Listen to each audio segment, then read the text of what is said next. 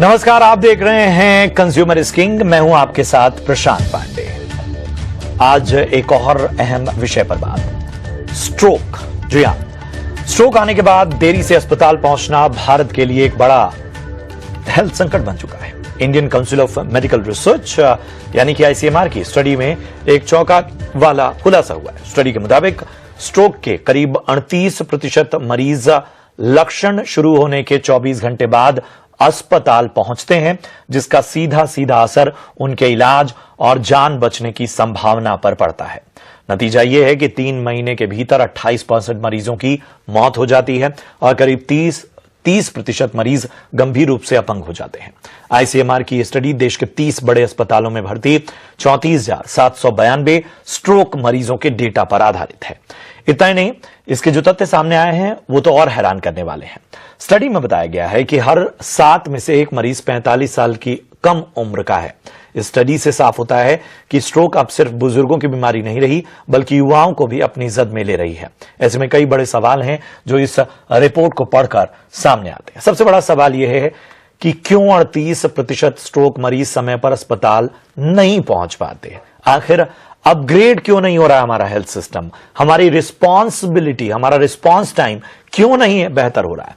क्या जागरूकता की कमी स्ट्रोक को एक तरह से दावत दे रही है? क्या स्ट्रोक को अब और भी गंभीरता से लेना होगा? इसे बुजुर्गों की नहीं बल्कि युवाओं की बीमारी मानना होगा। स्ट्रोक पर आईसीएमआर की स्टडी चौंकाने वाली है। आखिर इसके कंट्रोल के लिए क्या किया जा सकता है?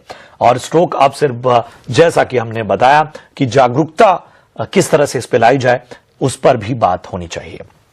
और आज इन सभी पर चर्चा करने के लिए हमारे साथ खास मेहमान जुड़ रहे हैं। मैं परिचय करा दूं, डॉक्टर गिरीश राजपाल हमारे साथ जुड़ चुके हैं। न्यूरो सर्जन हैं, न्यूरो साइंसेज वेदांता से। डॉक्टर राजपाल, बहुत बहुत स्वागत आपका। डॉक्टर नितिन राय हैं, न्यूरोलॉजिस्ट जाने माने। डॉक्टर नितिन, आपका भी बहुत बहुत स्वागत। और हमारे साथ आज की चर्चा में डॉक्टर संचयन रॉय जुड़ रहे हैं, senior consultant Apollo spectra hospital से। डॉक्टर संचयन रॉय, आपका भी बहुत बहुत स्वागत। सबसे पहले डॉक्टर गिरीश, मैं आपके पास आना चाहूंगा। हमें जरा बताइए कि स्ट्रोक है क्या, मतलब और क्यों एक वक्त तक जो उम्र जनित बीमारी से माना जाता था कि एज के बैठे हैं, वो है जिसमें कि ब्रेन की वेसल में, ब्रेन की नस में क्लॉट फॉर्मेशन हो जाता है, जिसकी वजह से ब्रेन में ब्लड का रुकाव रुक जाता है। इसको कि हम एक्यूट इस्चेमिक स्ट्रोक बोलते हैं। दूसरा स्ट्रोक जिसके बारे में आज हम डिस्कस नहीं करेंगे वो हेमोरेजिक स्ट्रोक या ब्रेन में ब्लीडिंग वाला होता है।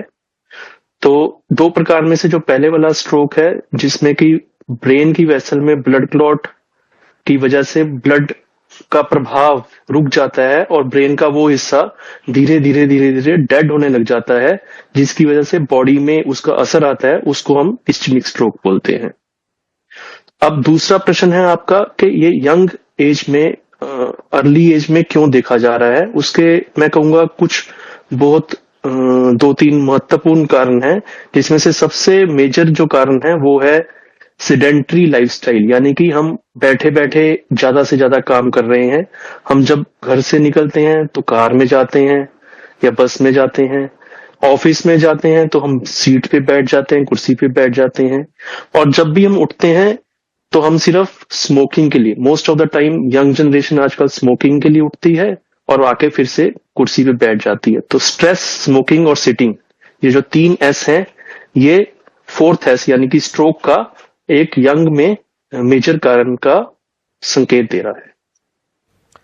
चलिए, तो बहुत जरूरी था कि इन बेसिक्स को समझना।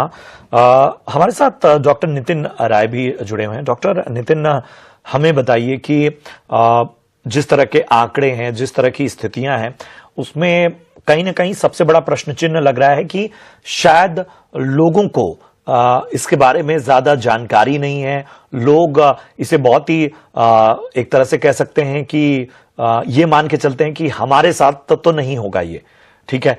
लेकिन अमूमन कोई भी बीमारी हो, चाहे वो बाद में लक्षण दे, चाहे शुरुआत में लक्षण दे, लेकिन वो कुछ ना कुछ तो ऐसी चीजें, संकेत शरीर देता है जो इशारा करता है कि कुछ तो गड़बड़ है। तो इस केस में आखिर वो कौन कौन से सिम्टम्स हैं, चाहे वो शुरुआती तौर पे देखें या एडवांस स्टेज में देखें, जब बात निकल जाती है हाथ से तो नजर आते हैं।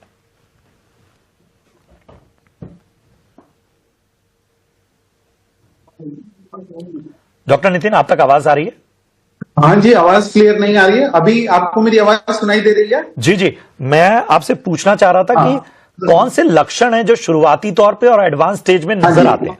हाँ जी, देखिए स्ट्रोक के अंदर हमें जो इनके लक्षण हैं इसको हम एक निमोनिक से याद कर सकते हैं, जिसको हम बोलते हैं B fast. B is for balance. अगर पेशेंट को सडन ऑनसेट बैलेंस में दिक्कत हो रही है, इनकोऑर्डिनेशन हो रहा है, तो वो एक स्ट्रोक के सिम्टम हो सकते हैं। ई फॉर आईज, अगर सडन ऑनसेट विजन लॉस हो रहा है या फील्ड ऑफ विजन में प्रॉब्लम हो रही है, कोई भी ऑब्जेक्ट की आधी चीजें दिख रही हैं, सामने की चीजें आधी दिख रही हैं, आधी नहीं दिख रही हैं, या डबल विजन हो रहा है, कोई भी चीज दो दिख रही है, एक चीज दो दिख रही है, तो वो भी स्ट्रोक के सिम्टम हो सकते हैं। एफ इज फेशियल वीकनेस, अगर फेस में वीकनेस होता है सडन ऑनसेट, वो भी स्ट्रोक के सिम्टम हो सकते हैं। A is arm weakness. S is speech में स्लरिंग, आवाज का लड़खड़ाहट होना, वो भी एक स्ट्रोक के सिम्टम हो सकते हैं। एंड टी इज टाइम, आप टाइम ऑफ ऑनसेट को नोट करो और इमीडिएटली अपने नियर बाई हॉस्पिटल्स या जो स्ट्रोक फैसिलिटीज हैं जिन हॉस्पिटल्स में अवेलेबल है वहां जाएं, ताकि इसका प्रॉपर उपचार हो। तो इसके सिम्टम को हम बी फास्ट निमोनिक से ही याद रखेंगे। तो बहुत इंपॉर्टेंट है और जिसकी चर्चा भी लगातार होती रही है, इस हिसाब से देखना होगा। डॉक्टर संचयन रॉय के पास आते हैं। डॉक्टर संचयन, हमें जरा बताइए कि अमूमन जिस अवेयरनेस की बात की जा रही है उसके लेकर किया क्या जा रहा है? क्या कुछ बातें हैं जो लोगों तक पहुंच रही हैं, नहीं पहुंच रही हैं, और क्या किया जाना चाहिए? बेसिकली क्या है कि जैसे हम बात करते हैं तो कुछ चीजें होती हैं कि प्राइमरी और सेकेंडरी प्रिवेंशन हम कहते हैं स्ट्रोक में। तो कई सारे चीजें होते हैं जो conventional primary secondary primary prevention के लिए होती है और कुछ नॉन कन्वेंशनल होती है। इसका मतलब होता है कि जैसे हमारा बीपी, हमारा शुगर, हमारे कोलेस्ट्रॉल लेवल्स, हमारा डायबिटीज, ये कुछ प्राइमरी कुछ प्रॉब्लम्स हैं जिनको हमें कंट्रोल करना जरूरी होता है। अगर इनकी अवेयरनेस बढ़ाई जाए, लोगों को समझाया जाए कि इनकी सर्टेन लेवल्स हैं, इनको कंट्रोल में बेहतर रखा जाए, इनकी दवाइयां सही टाइम पे की जाए और इसकी जांच प्रॉपर तरीके से की जाए, तो स्ट्रोक के चांसेस कम हो जाते हैं। स्ट्रोक के मैक्सिमम चांस बीपी के बढ़ोतरी से होती है। अगर बीपी की लेवल बहुत ज्यादा हो जाती है तो स्ट्रोक के चांसेस बढ़ जाते हैं। स्पेशली जो स्मोकर्स होते हैं, जो टोबैको यूजर्स होते हैं, उनके सिचुएशन में और भी ज्यादा हो जाती है। तो बीपी के हाइपरटेंशन के बाद सबसे ज्यादा जो परसेंटेज देखा गया है वो टोबैको यूजर्स या स्मोकर्स में देखा गया है। उसके बाद आता है डायबिटीज। इसी तरह जो स्पेशल पॉपुलेशन है, जैसे कि प्रेग्नेंट औरतें हैं, इनमें भी अगर बीपी की लेवल्स बहुत हाई हो जाती है प्रेगनेंसी के दौरान, तो उनके भी रिस्क ऑफ स्ट्रोक बढ़ जाते हैं। इन कन्वेंशनल चीजों को छोड़ के भी जो नॉन कन्वेंशनल फैक्टर्स हैं आजकल, जैसे कि लाइफ में जो स्ट्रेस है और लॉन्ग वर्किंग आवर्स है, स्पेशली जो यंग पॉपुलेशन है, 18 से 50 के अंदर की जो पॉपुलेशन है, इनमें भी एक सिग्निफिकेंट पॉपुलेशन में स्ट्रोक के चांसेस बढ़ते जा रहे हैं।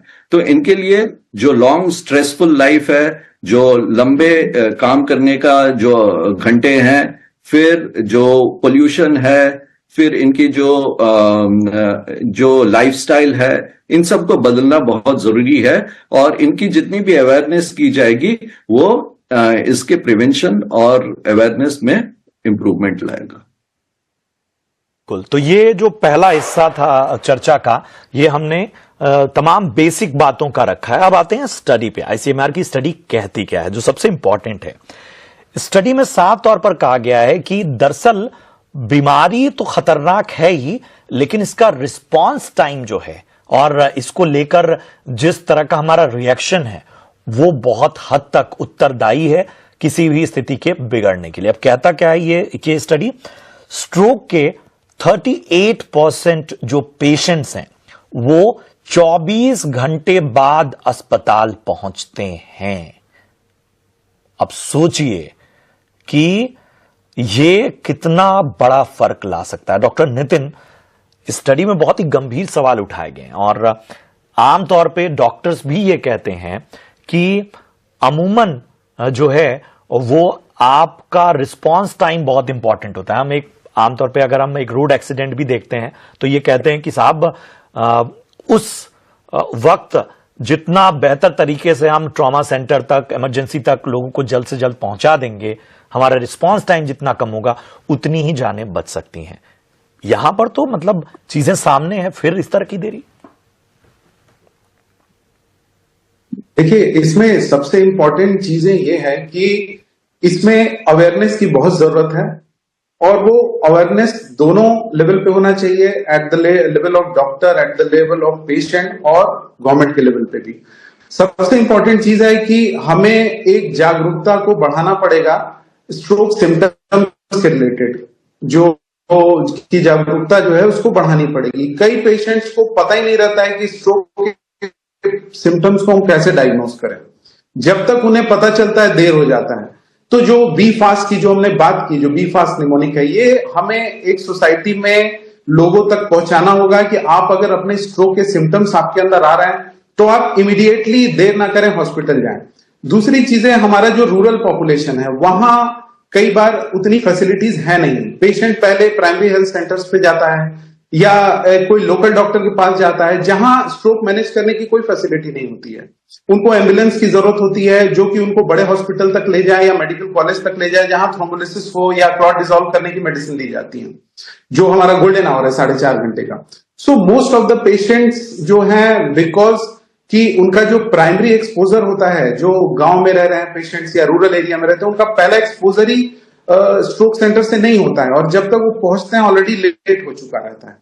कई बार ये भी होता है कि पेशेंट का जो है, जो इलिटरेट पॉपुलेशन है या जो या कई ऐसे भी पेशेंट हैं जो लोकल रेमेडीज ट्राई करते हैं, जो अपने घरेलू नुस्खे अगर स्ट्रोक में और वो हॉस्पिटल नहीं जाते हैं। सो सबसे इंपॉर्टेंट चीज है कि हमें एक अवेयरनेस क्रिएट करना पड़ेगा सोसाइटी में।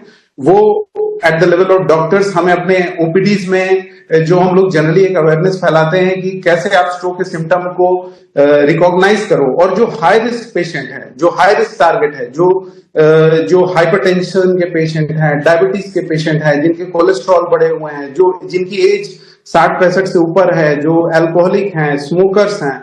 सो जो हाई रिस्क पेशेंट या फिर किसी को हार्ट की प्रॉब्लम होती है जिसको हम बोलते हैं एट्रियल फिब्रिलेशन, जिसकी वजह से भी स्ट्रोक हो सकता है, या कोई कार्डियक अदर एब्नॉर्मलिटीज। सो ऐसे पेशेंट्स को हमें टारगेट बनाना है और उनके अंदर जागरूकता फैलाना है और उनके फैमिली मेंबर और केयर गिवर के अंदर भी ये जागरूकता फैलानी है कि आपको अगर कोई भी सिम्टम्स आपके अंदर हो या आपके पास पड़ोस में किसी को सिम्टम्स हो रहा है तो आप इमीडिएटली नियर बाई जो न्यूरो हॉस्पिटल्स हैं उनके आप एम्बुलेंस के नंबर रखें ताकि इमीडिएटली आपको ट्रीटमेंट प्रोवाइड हो सके।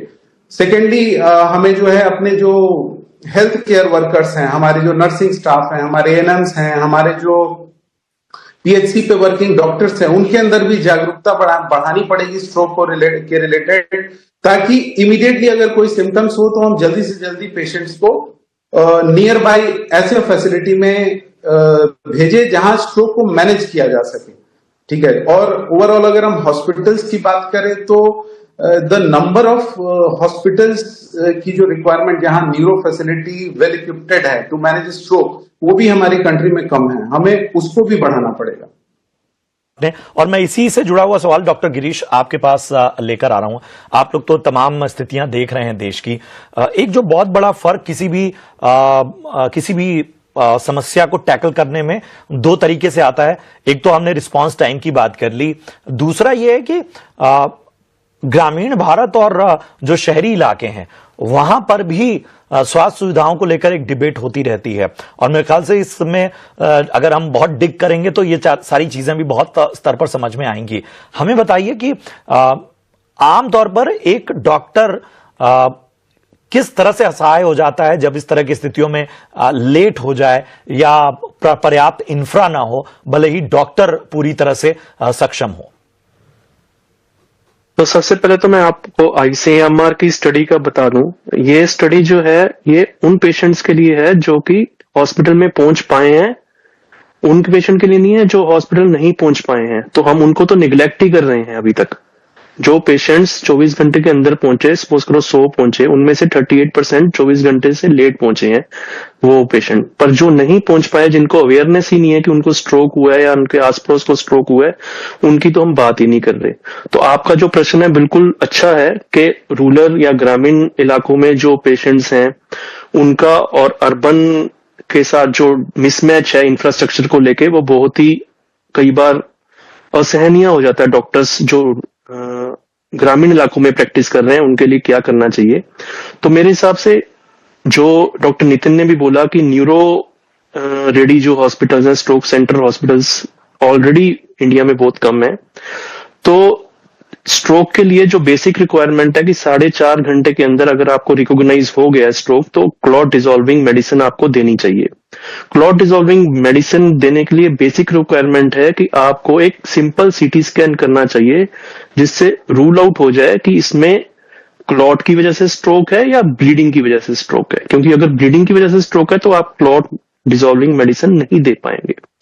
तो मेरा सिर्फ ये एक गुजारिश है गवर्नमेंट से कि जितना हो सके सीटी ऑन व्हील्स, यानी कि एम्बुलेंस में सीटी की व्यवस्था की जाए ग्रामीण इलाकों में, ताकि अगर सीटी में आप पेशेंट को रिकॉग्नाइज करने के बाद ये रूल आउट हो जाता है कि ब्लीडिंग नहीं है, तो clot busting medicine, clot dissolving medicine एक सिंपल मेथड से भी कोई एमबीबीएस डॉक्टर भी दे सकता है under guidance of neuro.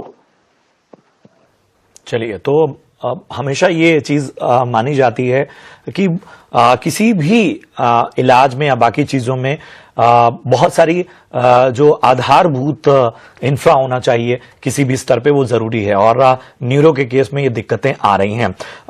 Doctor संचयन, आप लोग अमूमन मतलब अगर किसी तरह की ऐसी अड़चने हैं, चुनौतियां हैं, तो हमें ये बताइए कि जो भी तमाम स्टेक होल्डर्स हैं वो सरकार को या जो भी नीति नियंता है उनको तमाम रिकमेंडेशंस तो देते हुए हैं, फिर ये चुनौती क्यों बनी हुई है?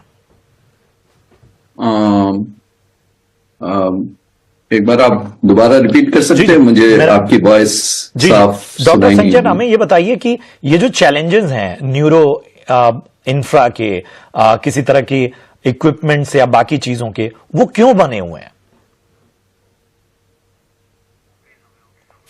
लगता है कुछ तकनीकी खामी है। नितिन जी, आप ही इस सवाल का जवाब दीजिए। ये मतलब आप लोग तो तमाम स्टेक होल्डर्स राय भी देते होंगे, तमाम बातें भी जाती होंगी कि साहब इस बात की कमी है और यहां पर चुनौतियां आ रही हैं, फिर ये चैलेंजेस दूर करने में मुश्किल कहां आ रही? देखिए, इन चैलेंजेस में बहुत लेवल पे प्रॉब्लम है, क्योंकि देखिए जो पहले भी मैंने बोला कि हमारे पास जो हॉस्पिटल्स, अगर हम बात करें कि जो वेल इक्विप्ड हैं टू मैनेज न्यूरोलॉजिकल प्रॉब्लम्स, वो ज्यादातर मेट्रो सिटीज में है या सेकेंड टायर जो कुछ अच्छी सिटीज हैं वहां आपको मिलता है। बट सबसे बड़ी प्रॉब्लम होती है कि हमको अपने रूरल लेवल को बहुत स्ट्रांग बनाना पड़ेगा, क्योंकि वहां जो हमारा major population of the country है, वहां फर्स्ट ऑफ ऑल एक तो अवेयरनेस है ही नहीं, एजुकेशन है ही नहीं कि हाउ टू मैनेज स्ट्रोक क्या होता है, उसको कैसे मैनेज करें। सो फर्स्ट ऑफ ऑल हमें उस लेवल पे जो primary health care facilities provide कर रहे हैं डॉक्टर, हमें रूट लेवल पे जाके वहां पे उनको जो है पहले उनके स्ट्रेंथ को बिल्डअप करना पड़ेगा, उनको स्ट्रांग बनाना पड़ेगा, और इनफैक्ट गवर्नमेंट को भी उसमें इन्वॉल्व होना पड़ेगा। जैसे यूएस में 911 है, एम्बुलेंस नंबर होते हैं कि आपको अगर स्ट्रोक के सिम्टम हुआ है आप उस नंबर पे कॉल करते हो और इमीडिएटली एम्बुलेंस आपके पास आती है और इमीडिएटली नियर बाई जो स्ट्रोक फैसिलिटीज है वहां पे आपको पेशेंट को शिफ्ट किया जाता है। सो हमारे लिए हर लेवल पे प्रॉब्लम है। हमें गवर्नमेंट को एक ट्रांसपोर्टेशन फैसिलिटीज बनानी पड़ेंगी जो कि नियर बाई सिटीज हैं, जो गांव से अटैच्ड हैं और जहां प्रॉपर फैसिलिटीज है अवेलेबल। अगर न्यूरो केसेस मैनेज करने की प्रॉपर फैसिलिटीज हो, जहां न्यूरोलॉजिस्ट हो, वहां एटलीस्ट इमीडिएटली पेशेंट को शिफ्ट कर सके।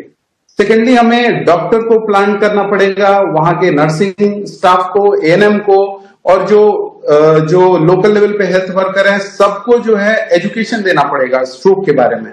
वो वाला पार्ट जो है हमारे अभी सिस्टम में बहुत लैग कर रहा है।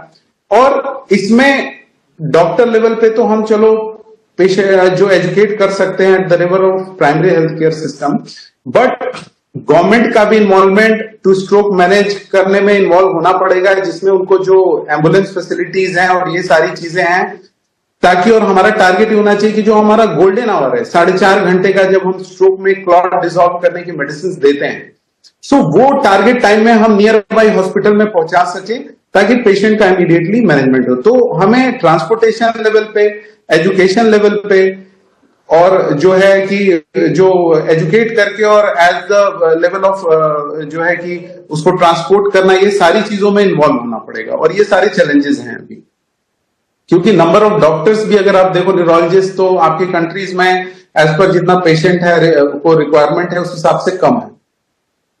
एक और पहलू पर आते हैं, और डॉक्टर गिरीश मैं इस सवाल के साथ आपके पास आना चाहूंगा। हमें यह बताइए कि सबसे इंपॉर्टेंट हो जाता है आज के दौर में किसी भी बीमारी को लेकर उसकी कॉस्टिंग, वहां पर भी एक चैलेंज आता है। हमें बताइए ये जो चुनौती है, ये जो बीमारी है, इसमें कॉस्टिंग कितना बड़ा रोल अदा करती है? कॉस्टिंग आप इसको 3 पार्ट में डिवाइड कर सकते हो स्ट्रोक का। एक तो जो हम अभी तक बता रहे हैं कि 4.5 घंटे के अंदर अंदर स्ट्रोक आता है, तो उसमें जो ट्रीटमेंट है उसकी कॉस्टिंग ज्यादा नहीं आती है। वो एक दिन का हॉस्पिटल स्टे, ट्रीटमेंट, सारी इन्वेस्टिगेशन मिला के विद इन द बजट ही है। ऐसा कुछ मेरे हिसाब से 60, 70, 80 हजार से ज्यादा नहीं आना चाहिए अगर पेशेंट ठीक हो जाता है। तो ये एक पार्ट हुआ। पर जो दूसरा सबसे बड़ा पहलू आता है जिसकी अभी तक हमने बात ही नहीं की, वो है stroke because of large vessel occlusion, यानी कि क्लॉट जो कि ब्रेन की बड़ी आर्टरी, बड़ी नस में है। अभी तक हम क्लॉट, जिसमें क्लॉट डिसॉल्विंग मेडिसिन दे रहे थे, वो ब्रेन की छोटी नस में था। पर अगर यही क्लॉट बड़ी नस में है तो क्लॉट डिसॉल्विंग मेडिसिन उसमें काम नहीं करेगी। उसके लिए हमें सेकंड स्टेप करना पड़ता है, जिसको कि हम मैकेनिकल थ्रोम्बेक्टोमी बोलते हैं। उसकी कॉस्ट ऑफ कोर्स बहुत ज्यादा है, अब almost 7 to 8 times of the normal treatment है, और एग्जॉर्बिटेंट कॉस्ट है बिल्कुल। ये दूसरा पहलू है। तीसरा पहलू है कि चाहे हम क्लॉट बस्टिंग मेडिसिन दे, चाहे हम मैकेनिकल थ्रोम्बेक्टोमी करें, लार्ज वेसल ओक्लूजन में बड़ी वेसल में क्लॉट आ जाता है, उसमें भी 60-70% चांस है कि पेशेंट ठीक हो पाते हैं। तीसरा जो पहलू आता है जो कि लॉन्ग टर्म कॉस्ट है, वो है अगर ये दोनों ट्रीटमेंट फेल हो जाते हैं या पेशेंट टाइम पे नहीं पहुंच पाता और उसको टाइम से इलाज नहीं मिल जाता और पेशेंट को परमानेंट लकवा मार जाता है, तो वो जो ट्रीटमेंट कॉस्ट है उसका, फिजियोथेरेपी का, बेड रिडन का, वो बहुत ही ज्यादा है। उसके लिए सोशल सिक्योरिटी के अलावा और कोई चारा नहीं है हमारे पास। और सबसे इंपॉर्टेंट बात जो हमने सबसे पहले डिस्कस किया था कि स्ट्रोक जो आजकल जो है 45 ईयर्स से कम में देखा जा रहा है। 45 ईयर्स के कम का मतलब है पेशेंट जो है वो फैमिली का अर्निंग मेंबर है, और अगर वो अकेला फैमिली का अर्निंग मेंबर है तो होल फैमिली, पूरी की फैमिली उस पर डिपेंडेंट है, और उसको अगर ट्रीटमेंट प्रॉपर नहीं मिला, टाइमली नहीं मिला, और उसको परमानेंट लकवा मार गया, तो उसकी पूरी फैमिली इफेक्ट हो जाएगी। तो वो फैमिली, सोसाइटी, कंट्री की जीडीपी सब पे इफेक्ट करेगा। तो this is the major disaster for the stroke. तो बहुत इंपॉर्टेंट इंसाइट्स हैं, बड़े बहुत ही जरूरी हैं, और कोशिश यही है हमारी कि हम आपको अवेयर करें। एक आखिरी सवाल के साथ डॉक्टर संजयन के पास आते हैं, उनका नेटवर्क शायद दुरुस्त हो गया है। डॉक्टर संजयन, सरकारी अस्पतालों की स्थिति क्या है? आप लोग तो बहुत ज्यादा करीब से देखते होंगे। सरकारी हॉस्पिटल की कंडीशन यही है कि वहां पे जो पेशेंट का बर्डन है वो बहुत ज्यादा है, काफी ज्यादा पेशेंट का बर्डन है, बट उस हिसाब से इंफ्रास्ट्रक्चर और जो फैसिलिटीज है वो हर जगह पे एक समान तरीके से है नहीं। जैसे स्ट्रोक के क्रिटिकल केयर यूनिट जो होते हैं, जो स्ट्रोक यूनिट होते हैं, वो कुछ अस्पतालों में है और कुछ प्रॉपर अस्पतालों में अच्छे तरीके से बने हुए हैं, बट हर जगह पे, हर लेवल पे वो same type of facilities available नहीं है। अब दूसरी चीज ये है कि जिस टाइप का, जिस प्रोफाइल का पेशेंट वहां पे आता है, उनमें अभी भी वो अवेयरनेस नहीं है कि वो स्ट्रोक के सिम्टम्स को पहचान के सही वक्त पे, सही टाइम पे वहां पे पहुंच सके। और अगर वो पहुंच जाते हैं तो क्या उनको सही वक्त, जैसे हमारा जो गोल्डन पीरियड जो सबने बताया कि 4.5 घंटे का जो गोल्डन पीरियड है, उस गोल्डन पीरियड में डायग्नोसिस, मैनेजमेंट सब कुछ हो जाए और सब कुछ उसी वक्त वो प्रॉपर ट्रीटमेंट हो जाए, तो ये सब अभी भी होना, एक प्रॉपर फ्रेमवर्क, एक मल्टी डिसिप्लिनरी अप्रोच जो होता है, एक केयर जो होती है, इसका जो एक स्ट्रक्चर होता है, ये अभी भी पूरा बनने में अभी काफी वक्त लगेगा, क्योंकि जो पेशेंट लोड है उस हिसाब से जो हमारा जो हॉस्पिटल है उसका वो तालमेल और वो कोऑर्डिनेशन अभी तक है नहीं। तो हमें उस तरह का इंफ्रास्ट्रक्चर और उस तरह की फैसिलिटी को बढ़ाना और उस तरह का स्ट्रोक यूनिट बनाना जो प्रॉपर मल्टी डिसिप्लिनरी अप्रोच से काम कर सके, वो उस चीज को बनाने में वक्त लगेगा। और जब तक हम वैसा नहीं बना पाएंगे तो हमें एक प्रॉपर कोऑर्डिनेटेड अप्रोच नहीं मिल पाएगा।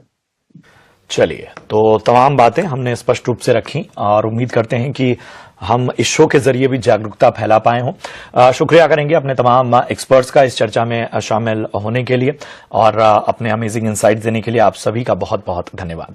चलिए, इसी के साथ आज कंज्यूमर स्किंग में इतना ही। अपना ख्याल रखिए, देखते रहिए 18 स्वदेश। नमस्कार।